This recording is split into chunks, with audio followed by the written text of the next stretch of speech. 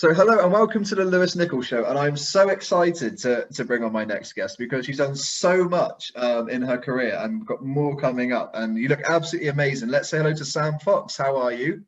I'm all right, darling. How are you? Really good, thank you. I'm so chuffed to get you on the show because I wanted you on for a long time, so I'm really excited that Ah, you said well, yes it's to really it. nice. It's really nice to talk to you. So I've Really. got to talk about first of all, where your kind of love for show business came from, and growing up, did you know that you always wanted to work in the entertainment industry? Oh yeah, from a very, very early age. Like when I was really tiny, I used to go to the pub. Like maybe when I was 5 or 6, Granddad used to take me to the pub because he was a dart player, and in the pub he would get me singing, and he even Granddad used to give me his hat, and I used to go around and get money from all the people in the pub. And it started there. So mum and dad, they knew I needed an outlet. I was always singing, dressing up and dancing in the house. So I started at the Anna Scher Theatre School in Islington, like when I was about 5. And then I moved to Crouch End, and then I went to the Judi Dench Theatre, and all during my teens. And and then I started a band at like 14, 15. We used to play all the school discos. So it's just always been in me, really. Yeah, my teachers used to say to my mum, she's never going to be a 9 till 5, that one. And how right they were. Look at Yeah, everything that you've done since. I mean, a lot of people here in the UK will obviously know you from your time as the one of, if not the biggest page free model of all yeah. time. How did you Quite actually get amazing into after 34 years. People, I'm still in those memories. that? But I mean, how did Wow. that actually even come about? Like, were you approached to take part and do it? Did you go to them? Oh no! First of all, what happened? I had no intention to do the Sun at first. There was a competition in the Sunday People, and it went girl, boyfriends, mums, dads. If you've got a daughter with a great figure and a beautiful face, there was no mention of topless. Send a picture in now. And at that time, I was working in the greengrocers on a Saturday, and lots of amateur photographers would come in and want to work with me. And even my mum and dad thought in them days, oh, you're not going there. So one particular afternoon, mum took a snapshot of me, sent it into this competition.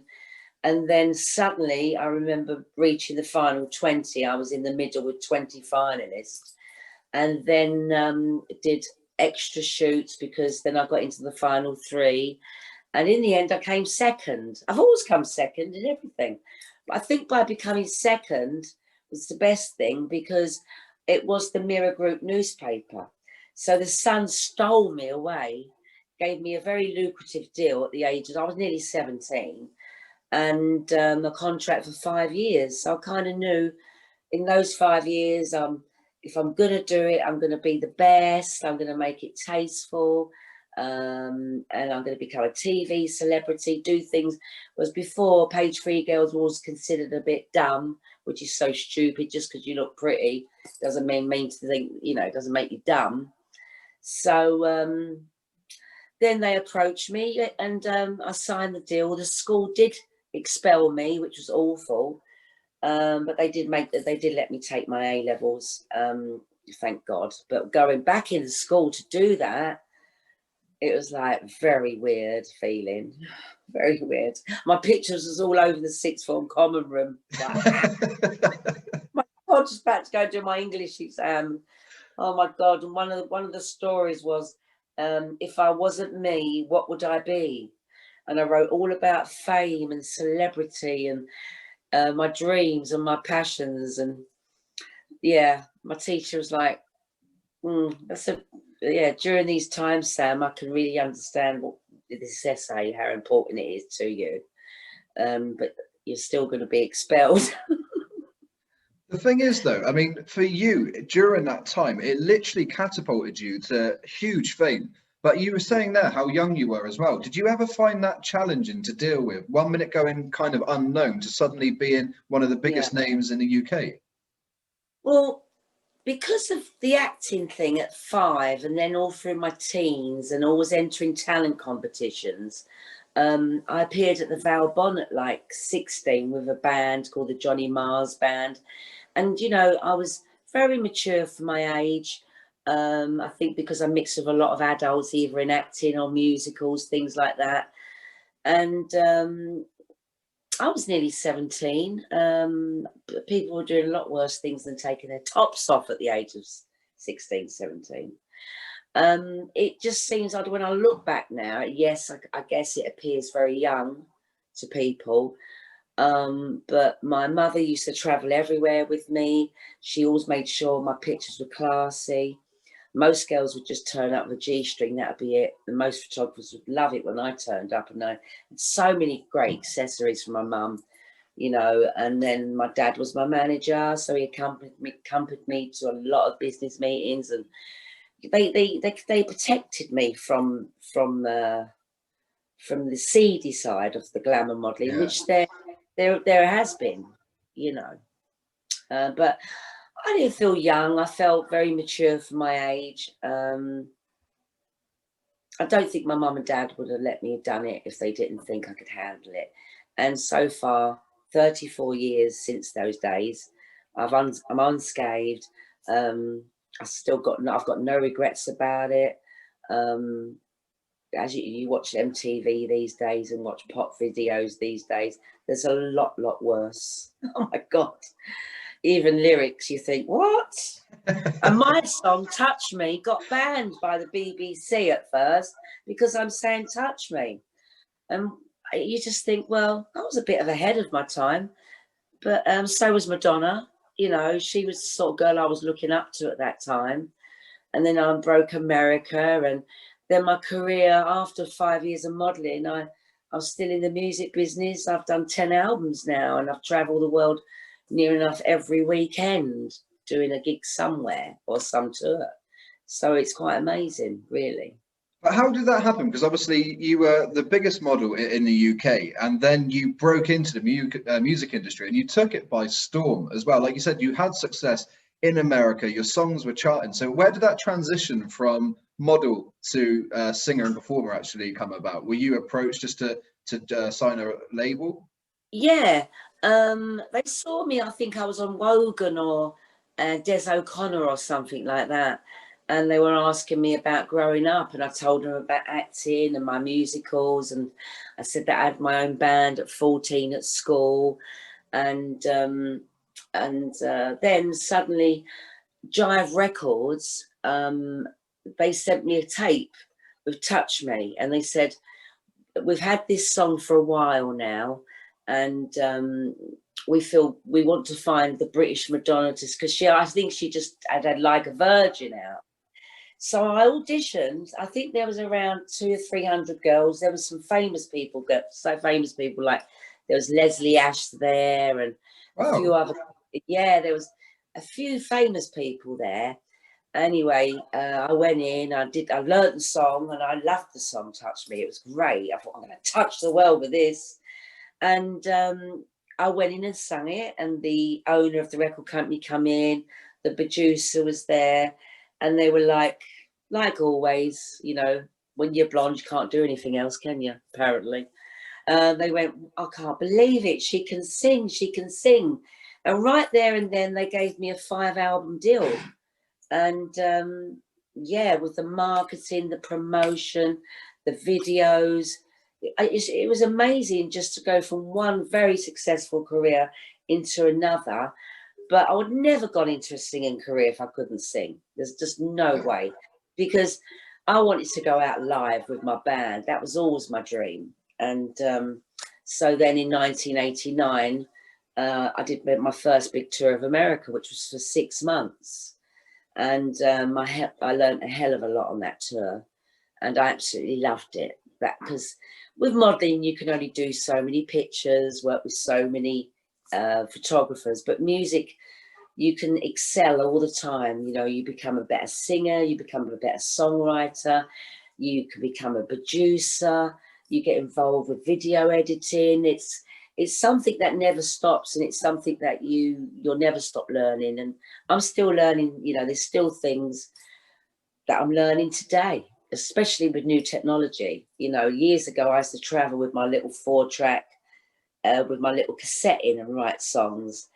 And now the boys bring the technical gear because I'm like, no, you start it. All I've got is Garage Band at the moment, and no. So I normally write songs on the road with the boys. They're more technical than me. You know, the thing is, when you were talking there about America, people don't realize, one, how hard it actually is to break in and have success in America. And back in the 80s, you had to go out and physically, I mean, I was born in 93, but I mean, from talking to people, you actually go and physically buy a record. It wasn't like you could just quickly download it online. So it was harder, if anything, to actually make the charts. So for you to go into the music industry, have the success with Touch Me, that must have made you feel so good that people accepted you in your new career, and you had credibility as a very good vocalist and performer.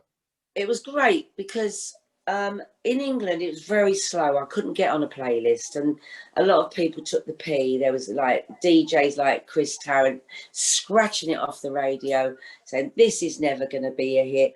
There were stories in the newspaper saying it wasn't me singing. It was real like that hard at the beginning.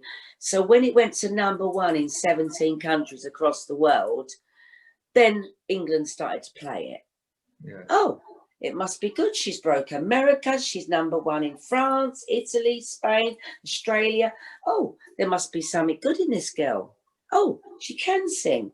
So breaking America and breaking the rest of the world really helped me in England.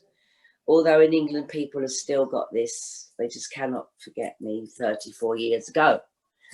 But it was still, when I play in England, all my fans come. I did the Isle of Wight festival a couple of years ago, and I was very, very pleased asked to do that. And I packed it out, you know, and I felt so proud. And hopefully I get asked to do something like Glastonbury. That would be my dream. Because it's the UK, London, England, Great Britain is where I'm from. Yeah. And I don't want to be one of these stars. I mean, to break it in America, I must admit I had to live there for a year, because each state is like a different country. I was permanently jet lagged going backwards and forwards. So I lived there for a year to really make it there and work really hard. So that's how you do it. You just got to work really, really hard, you know, to get where you want to be. And then England started to notice.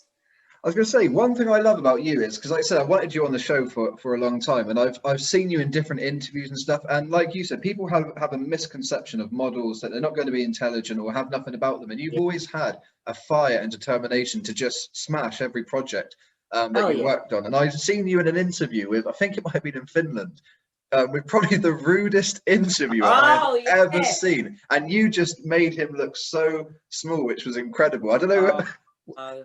Listen, I always remember, look, with these kind of people, it's like, I'm human, and I think, and I'm definitely not fake. Some people would probably have gone, I don't know, maybe not been able to answer it in the way I did, but I'd certainly let him know I was pissed off with it. Yeah, you were brilliant. And and again, when I was very young, doing interviews with Joan Rivers and Des O'Connor and Wogan, I always remember, Sam, if you get if you get asked a question you don't want to answer, you ask them the question back. Like Joan Rivers once said to me, I mean, are you blonde? Are you dumb? I went, well, you're blonde. Are you dumb? You know, I don't know if sometimes you can make that guy. There was no way I knew right from the beginning he didn't like me, and I knew it weren't going to be a fun interview. But I normally like to make my interviews fun. I don't take myself too seriously, but I just don't like rude people. It's like, what's the point? Don't interview me if you don't like me. Go away. Well, you know? One thing as well that a lot of people will still remember you from, I mean, it's probably something you want to put behind you perhaps, but it's still an amazing moment, was of course the Brit Awards, presenting those. Now, it was with Mick Fleetwood. To put the two together, you would look and think, who came up with that partnership? But what were your thoughts on it? Because to be asked, you must have been over the moon. initially? To be asked to present a show which goes out to billions and billions of countries. Remember, I'd done a little bit of TV presenting on the 6 o'clock show when I was like 19. But I got asked to do this. I was living in America, and they flew me by Concorde because it was all very rushed. So I got there, I wasn't jet lagged because Concorde was only 3.5 hours from New York. Then I went straight to the Albert Hall to test the auto cue, to go through all the running orders, and everything was perfect. Except on the evening, what nobody knows is the auto cue broke down. There was all these Brossette girls right at the front. I don't blame them. Bross was on the show and they're huge. And they were just screaming so loud during the show. Remember, it was live as well. The lady doing the auto cue couldn't hear what I was saying. And backstage, it was a crew, a production company who'd never ever done it before.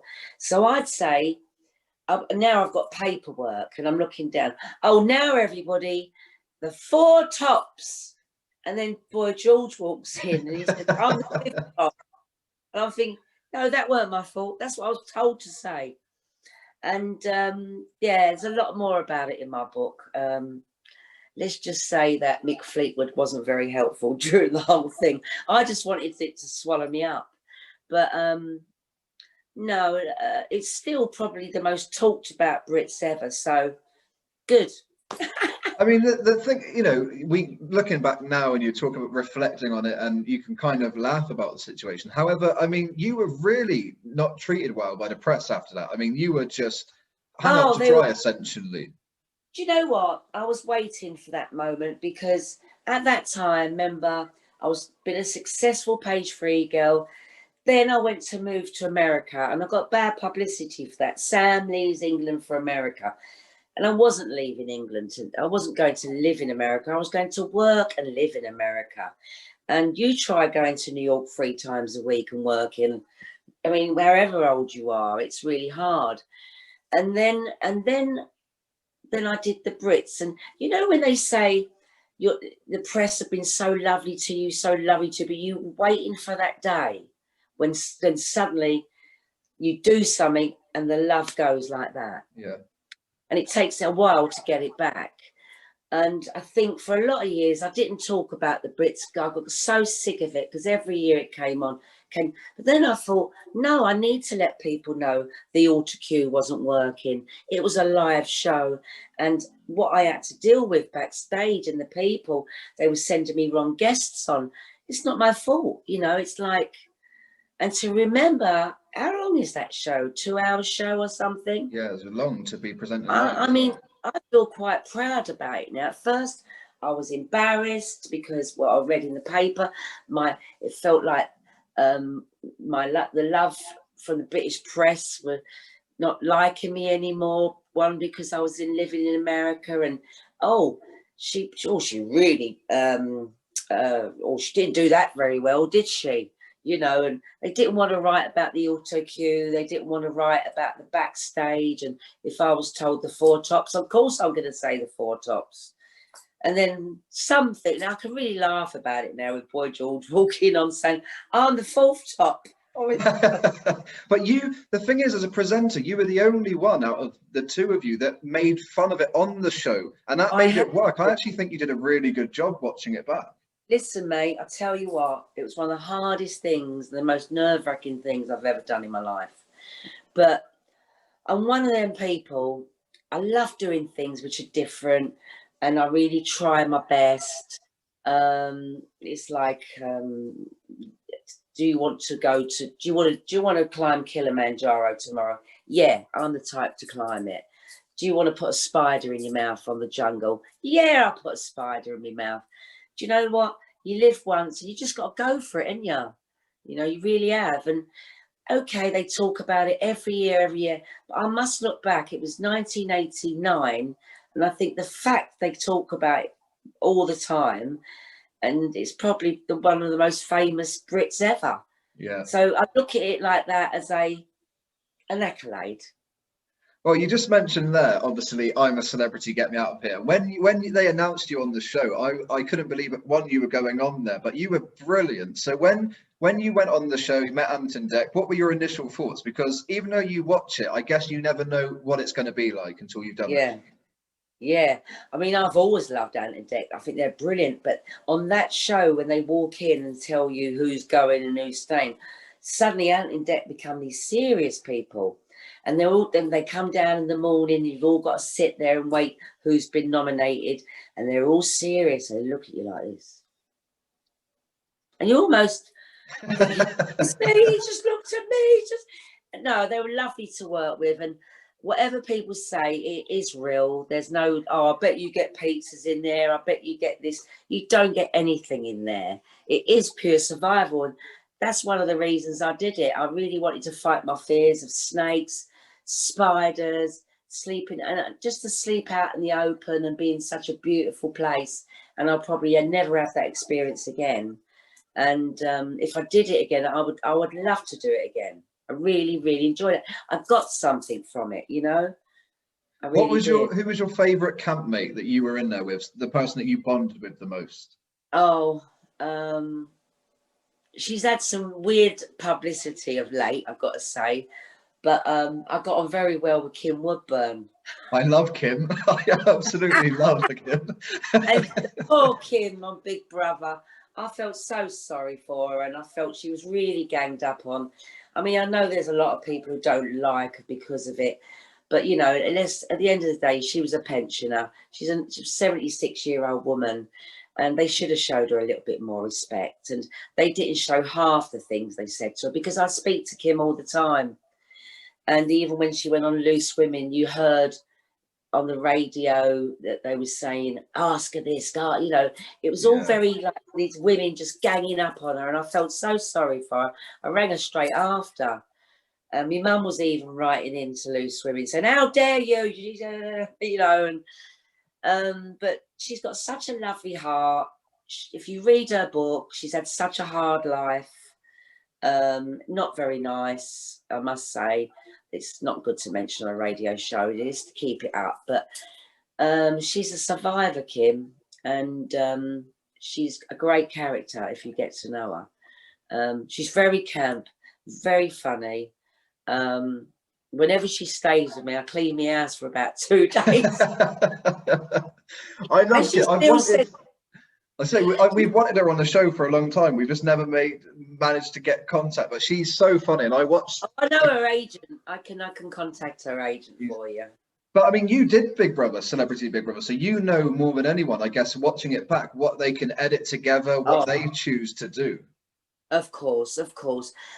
Big Brother compared to the Jungle is totally different. Big Brother, it's a lot of sitting around, not a lot going on, except for what they're waiting for all the time is controversy.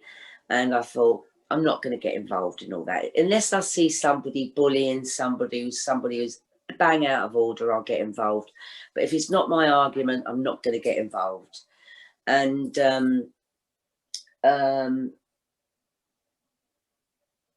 what you saying again? I'm just Celebrity Big Brother. You were just saying kind of it's completely different to the Jungle. Oh yeah. No, I did find Celebrity Big Brother. It's edited. I think they know really who's going to win, to be honest, before they go in there. I really do. I did very well. I did 3 months, I think I was in there. But to me, I said I've been working so hard before that. I've not long lost my lover after 16 years, and they always wanted me to do it. They wanted people to see me for what I was and see my personality. And they asked me for many years, and I thought, why not? I need a break. I'm not being funny when I say this, but there is no TV, as you know, and there's no mobile phones. You're at nothing, and it was, for me, I just treated it like a chill out. I mean, I'm used to cameras. I can hear them all the time, but you've got to learn to ignore that. But you see in there, you know the people, they know where the cameras are and they know what they're doing. Yeah. Because a lot of the people who do Big Brother now are reality artists. reality stars. So they know the game. So yeah, there's a few times I've got angry in there with Bear, because he just drove me mad. But when I look back at Bear, he was good TV. Yeah, it must be a nightmare to live with, but entertaining to watch. Yeah, he was. I mean, they did. There was he did this trick on me one day where he told me to look into this bottle of water and you'll see colours. And I've looked in and he's gone like that, and my contact lens went at the back of my eyeball. So for a whole day I'm sitting with this eye patch on. You didn't see that, did you? No. This sounds brilliant. That's the sort of thing Bear would do. I mean, before we came on today, you were showing me the new calendar that you've got out, which is absolutely incredible. I don't know if you've got it to show us, if we're allowed to see, but it's amazing. It took a long time to make. I've made it like a scrapbook type calendar. It's pure glamour. It's not topless, but as it's 50 years of pastry, and I've got a lot of young fans, and that's the back there.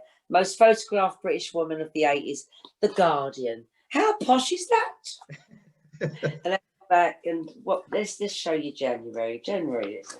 There we go. This was a very classic pose back from the day. This picture was on the side of a lorry once, and I couldn't believe it. I nearly fell off the curb. But anyway, all the pin-ups, I asked all my fans on Facebook, I said, I'm thinking of making a retro calendar as it's 50 years of the Sun. And I said, can you send in all your favourite pictures you had as teenagers on your bedroom walls? So I've used all their favourite pictures. So it's going to bring back all their memories. And also the good thing about the scrapbook idea is I've got a lot more young fans now because, because of singing, and they didn't know me back then.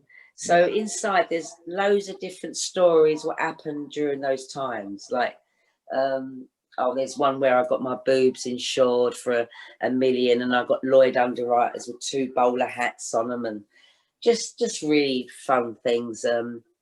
Sammy's Too Sexy for the Children, although it was whenever I opened a menswear Foster's or a Topshop they was all 13, 14, growing up boys, and they're still my fans today. And all I keep doing is wishing them happy 50th and happy 45th. And then they say, can you wish my son? He's a big fan now. Play all my records to your son, my son. So it's great the way the music business can carry on. It's just a shame that none of us can do any work, which is awful. Hopefully we'll be back to normality in the very near future. But I mean, when you're putting something like that calendar together, does it give you a bit of nostalgia where you're looking back and think, oh my God, I forgot about that? Or does it just bring it all back to you? Yeah, it's been really interesting to make it. I've been up in my loft, which is absolutely freezing right now. And when I was younger, my dad was, he was one of those guys who was very, let's say, organised. So every time I was in the paper, he would give it to the secretary to put in a folder. So it was like when I wrote my book, they'd say, okay, well, I want to write about 1987. Hang on, in the loft. They're all in a box, 1987. And I've just been bringing them down and going through stuff. And yeah, when I look back, you think, wow. I don't know. You just think, wow, I've had quite a long career. It's quite amazing, really. Nearly 4 decades. That's the incredible thing, though. Everything you've ever wanted to achieve and stuff, it seems like you've gone out and done it. And it's just amazing to hear about your career today. And just as soon as you talk about it, your face lights up, and that's really telling as well. But obviously, you got the calendar. I know it's hard times at the moment with the lockdown, but is there anything else you're working on that you can tell us about? Well, I've got these "Don't Touch Me" masks. No way. Well, I've been quite busy. I've made one of these retro 80s towels. And years ago, people used to buy these of me and Pamela Anderson. So I thought I'd do another one. Don't worry, it's fine. Where can you get these from? Just go on my website, samfox.com. Just go to the shop. There's loads of goodies on there for Christmas. As I said, I've got to work. It's like I'm not one of them people. Like getting that calendar together. It wasn't easy. It's easier just to do a new shoot, to be honest. I'll probably do that next year. If Dolly Parton's doing Playboy next year, what's wrong? Oh, no. I think it's amazing. Do you know, I tell you what's been amazing is actually getting to talk to you today and listen to, you know, your career. It's been absolutely a pleasure to have you on the show. And you got a cup. Don't touch me, cup. Well, I don't want nobody else touching it. Can you re-record the song and change the lyrics to actually go with the current times? I think that would be really good. Yeah, I'm thinking about it for a laugh, actually. I was speaking to a friend the other day. She went, yeah, let's get it viral. Let's get to #1. Because I could easily change the lyrics. Definitely. I really hope we see that. I think it would be genius. It really would. Yeah. But the new album, again, as people keep going on and on, when's it coming? It's been a lot of years. I went through looking after somebody for 2 years who was terminally ill, then they died. Then you've got to get, there was no time in those 5 years that I could even think about writing something positive, uplifting. They were all ballads, and I thought, this is not what my fans want. And the way the music industry is now, and has been for the last year, I mean, it's nearly finished, but what TV shows can I really go on? Where can I go and perform my new stuff? How can I promote it? It's so difficult at the moment. And the music business is the whole of the arts. I mean, my stepson's going to drama school soon. Let's just hope when he comes out of drama school, there's going to be work for him. You know, so yeah, no, he's learning other things. He's studying other things just in case, you know, but it's just sad out there. We've got to look after our small businesses. It's the old people I really feel sorry for as well. They don't use credit cards. They don't go on the internet. The local shops don't want cash. I think we have to really look after our neighbours at the moment who are old and on their own, because this winter's not going to be very nice. And I think after Christmas, when we all get together again, I think January's going to be quite bleak, because we're all going to get together again at Christmas and mixing. Because when I was a kid, Christmas Day was all the family. Boxing Day, I visited my aunties, my uncles, my nan, my granddad, and that's what people are going to do. Yeah. And I'm really scared about that. I really am. So I won't be doing no visiting, but we'll just be in our bubble this year. That's the way to do. Lucky we've got Zoom. Lucky we've got WhatsApp and FaceTime. I mean, just lucky, but not lucky, so lucky for old people who don't know how to use this technology. So we must look out for them this winter. Well, Sam, honestly, it's been an absolute pleasure. I'm genuinely chuffed that you've agreed to come on the show today. So thank you so much. And hopefully when we next get to talk, we'll be back to normal and you'll be talking about new albums and tours. Yeah, I've just got 2 more songs to finish. I can't go into the studio. Like all year, it's just been so difficult. And then when we had a bit of space, when everyone went back in September, I could finish some more. But now I can't. I'll just write some more. Because I keep changing my mind anyway, as you do. Honestly, thank you so much. Yeah, thank you, darling. Thank you. Have a lovely Christmas and Happy New Year. And take care, be safe. And if you text me your address, I'll send you a nice little calendar.